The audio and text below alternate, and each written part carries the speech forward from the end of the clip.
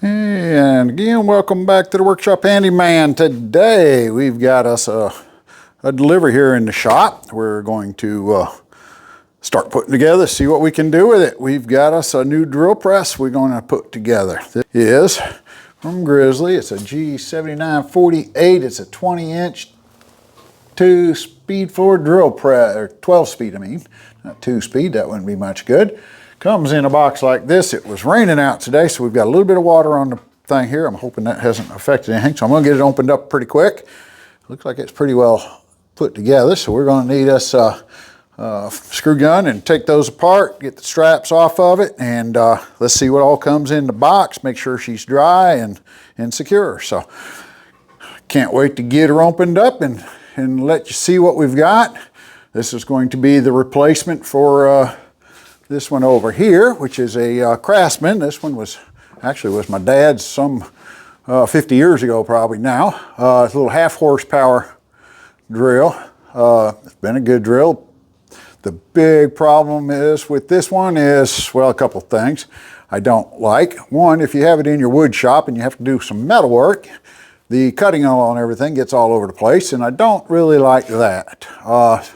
And most of our metal work I can do with small bits, that type of thing. So then when you go to throw a nice piece of wood up there, you got chips of metal and cutting oil and all that. So I'm gonna move this over into the mechanical side of the shop, get it out of here, and put this one in, which is a 1.5 horsepower.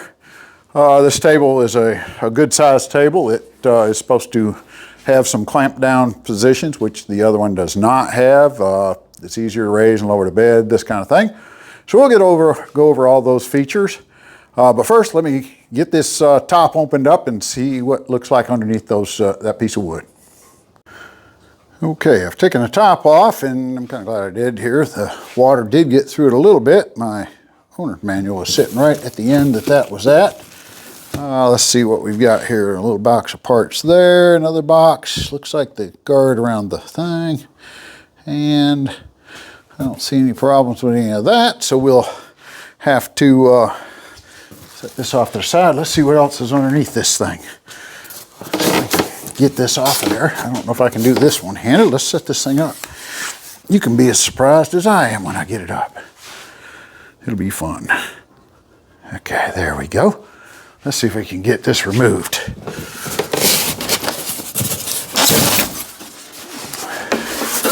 And it does come in a lot of pieces, it looks like. So yeah, this is a lot. So let's do a quick unpacking here and see just what all comes with it.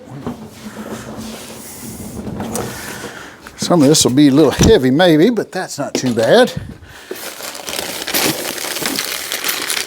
A couple of bags of parts. The chuck and the key.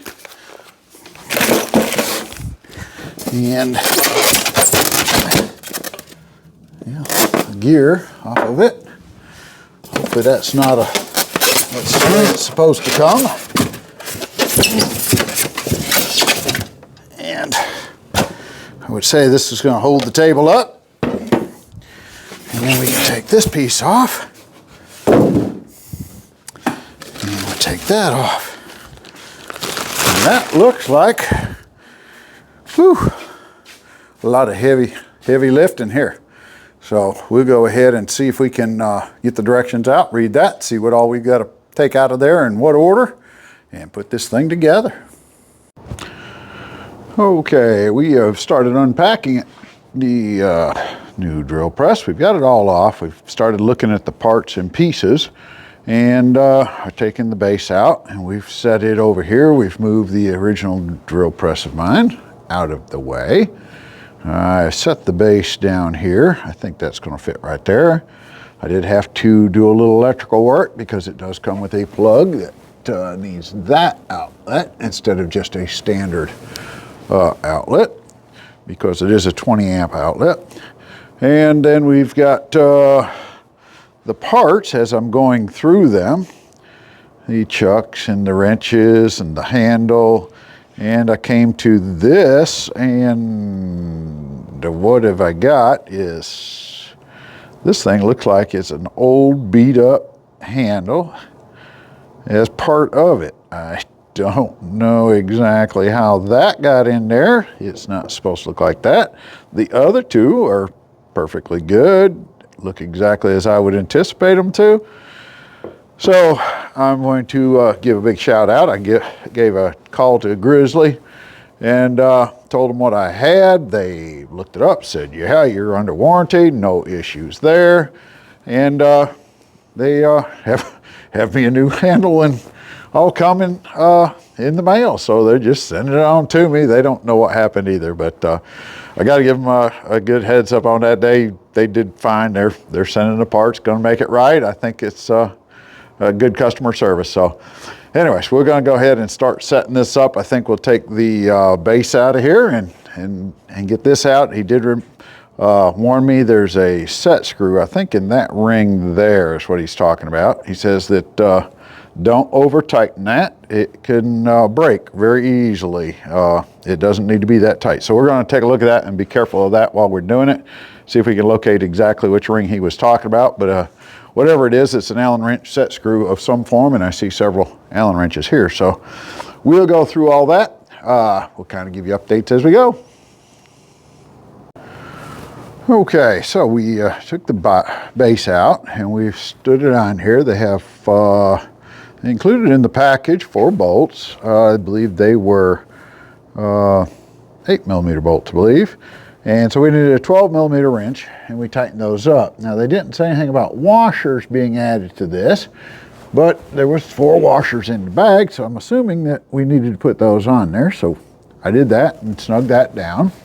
The next thing is I unwrap this and the pole, and in the directions it says to mark the top of our spline here so that we remember which way it comes out. But when I unwrapped it, that really just fell out of the bag. So I'm not really sure which way it went.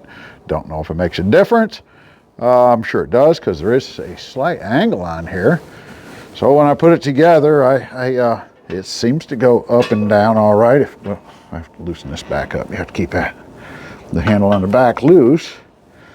And then the table goes up and down just fine. So I don't know if there's a right or a wrong. There's a little bit longer and a narrower. This one's a little bit shorter distance than this one is. So I don't know if that makes a difference or not. It doesn't really tell me. It just says mark it so you know which one is up or which one is down. But it was a little hard to do that when I unwrapped it. I guess I didn't pay close enough attention when I was unwrapping it. So that would be my advice there. This is the Allen wrench set screw that they say don't tighten too hard or you'll bust this.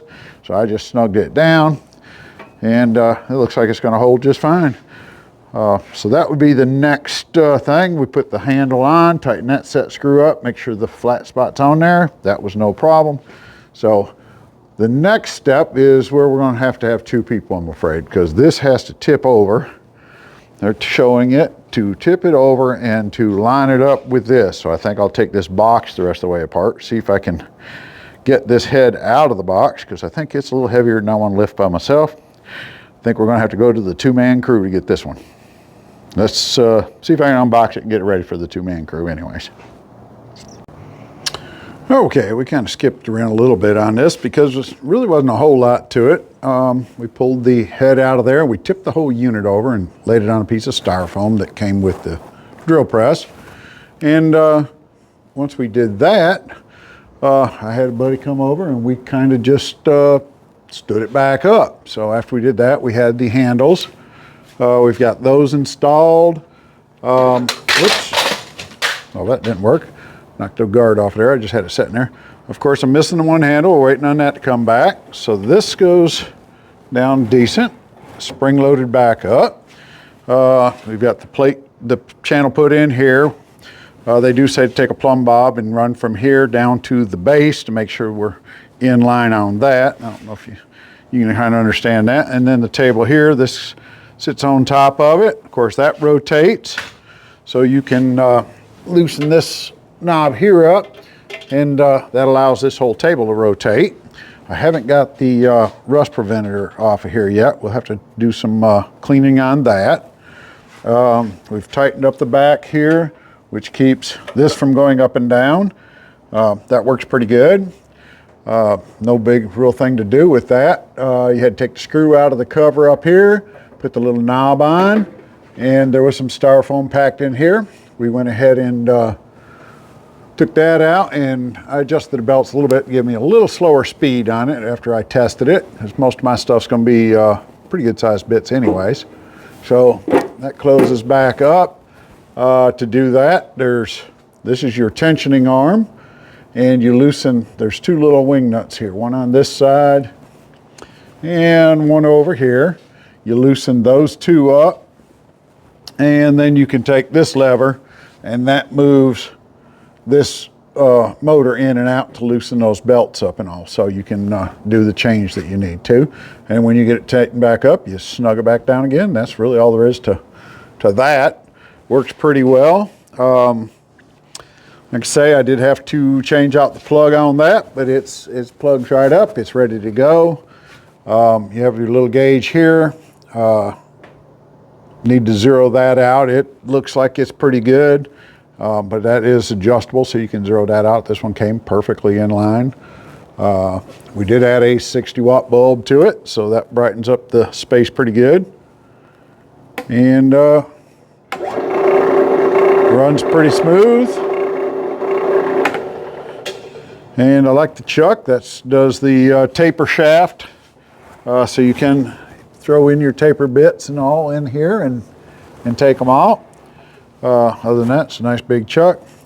Let's see, the only thing I would probably say I kind of missed from my old one is, one, I did have a way to bring the handle down and lock it into place. If I was trying to adjust something on the table, I could lock it in there so that it would stay put while I was working with centering it up and putting my jigs and stuff in place.